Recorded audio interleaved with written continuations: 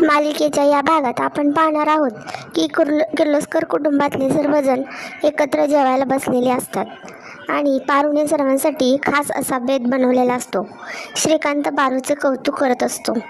पारूने सर्वांसाठी गुलाबजाम, खीर आणि पुलाव बनवलेला असतो. प्रीतमही तिथे जेवायला येतो.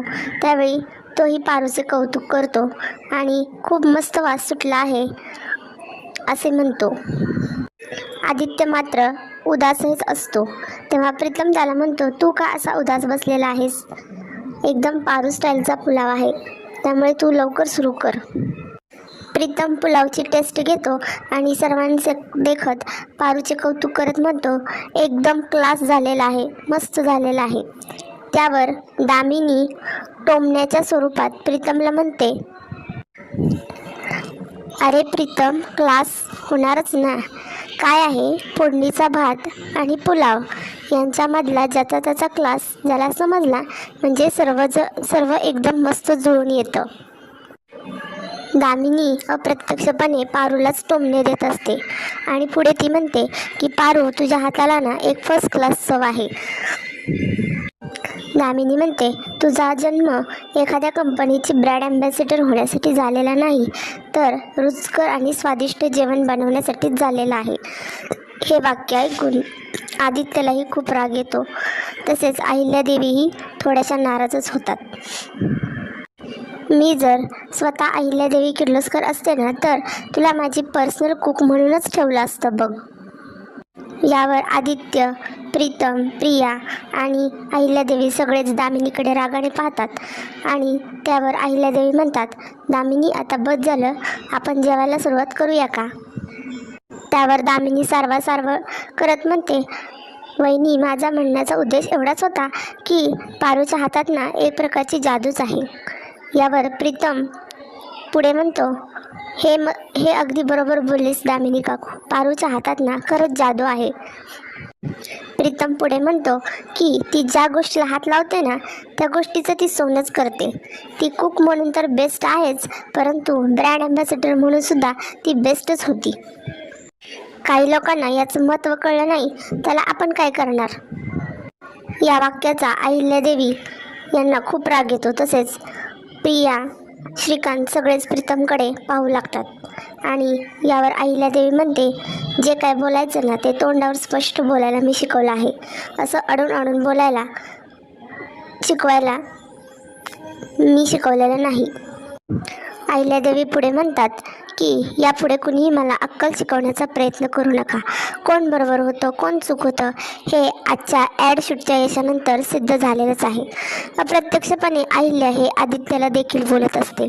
तेवढ्यात आदित्यला अहिल्याचे हे बोलणे खूप मनाला लागते आणि तो डायरेक्ट ताटावरून उठतो आणि निघून जाण्याचा प्रयत्न करतो.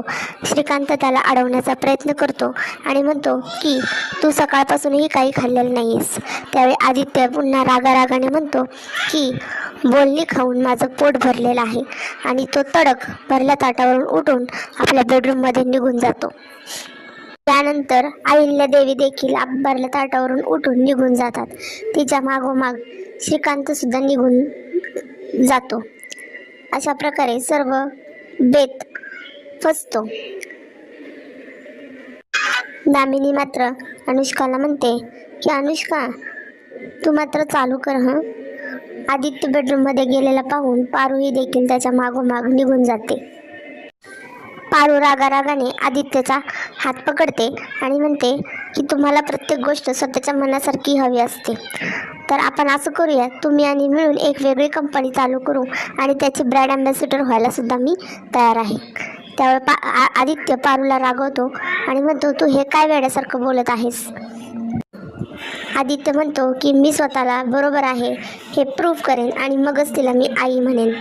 यावर पारू त्याला खूप रागवते आणि ती त्याला आईचं महत्त्व सांगू लागते. ती म्हणते, तुम्ही स्वतःला किती पण प्रूव्ह केलं ना, तरी देवी आईंसमोर तुम्ही हरणारच आहात, कारण त्या एक आई आहे.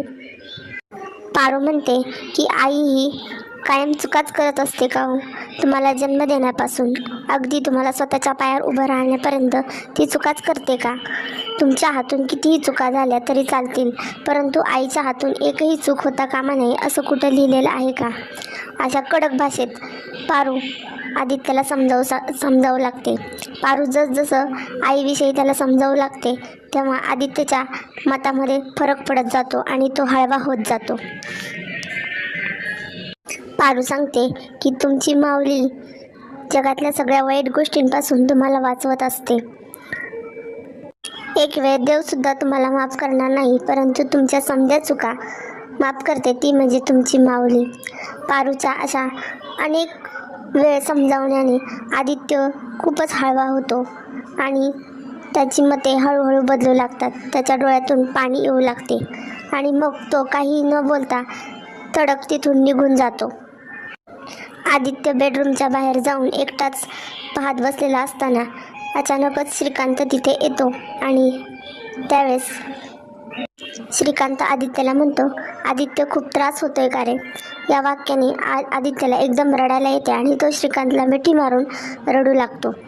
तेव्हा आदित्य म्हणतो की बाबा, मला हे सगळं काही नको आहे, फक्त मला माझी आई हवी आहे.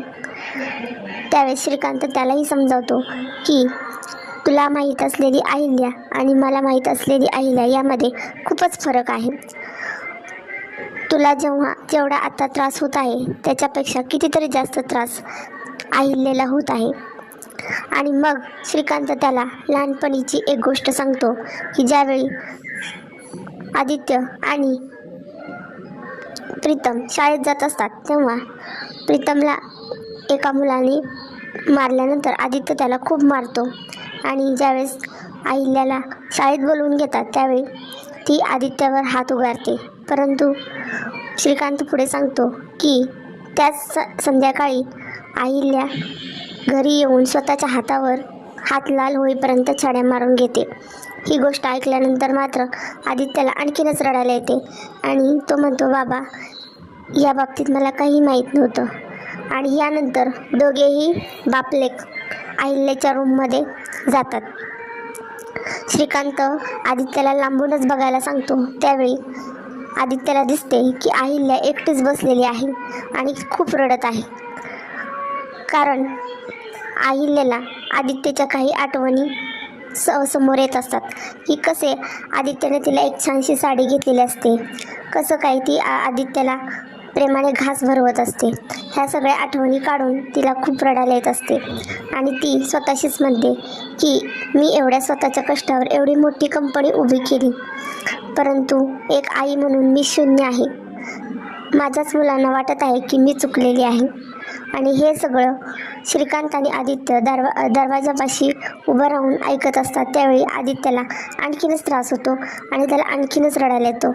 त्यावेळेस तो श्रीकांतला म्हणतो की बाबा, मी खरंच खूप चुकलो आहे, मला लवकरात लवकर आईशी बोलायचं आहे. मात्र श्रीकांत आदित्यला अडवतो आणि म्हणतो की आत्ताच नको, आत्ता अहिल्या एकटीच बसलेली आहे, तिच्या मनातले सगळी घुसमट बाहेर येऊ दे, तिचं मन मोकळं होऊ दे, योग्य वेळ आली की आपण अहिल्याशी बोलून घेऊ. दुसरा दिवस उजाडतो. त्यावेळेस श्रीकांत लॅपटॉपवर काहीतरी चेक करत असतो आणि अहिल्या देवळात जाण्याची तयारी करत असते. अहिल्या श्रीकांतला म्हणते की मी लवकरच देवळात जाऊन येते.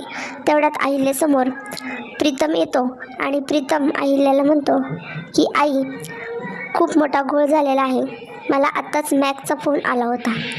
त्यावेळेस अहिल्या प्रीतमला म्हणते, काय असेल ते स्पष्टपणे सांग बाबा. त्यावेळेस श्रीकांत म्हणतो, आपलं कालचं शूट फेल गेलं अहिल्या, आपल्या कंपनीचे शेअर्स पण गडगडलेले आहेत, प्रेक्षकांचा काहीच प्रतिसाद नाही, बहुतेक बदललेली मॉडेल लोकांना आवडलेली नाही, सर्वात कमी व्ह्यूज या ॲडला मिळालेले आहेत.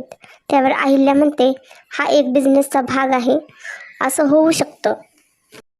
उद्यापर्यंत आपले व्ह्यूज नक्कीच वाढतील आणि उद्यापर्यंत सर्व काही सुरळीत होईल. तेवढ्यात तेथे आदित्य येतो. आदित्यला खरं तर आईशी बोलायचं असतं, परंतु अहिल्याचा गैरसमज होतो. कदाचित शूटिंग फेल झालं म्हणून आदित्य आपल्याला चिडवायलाच आलेला आहे. ते म्हणतो, माझं एकदा ऐकून तर घेशील.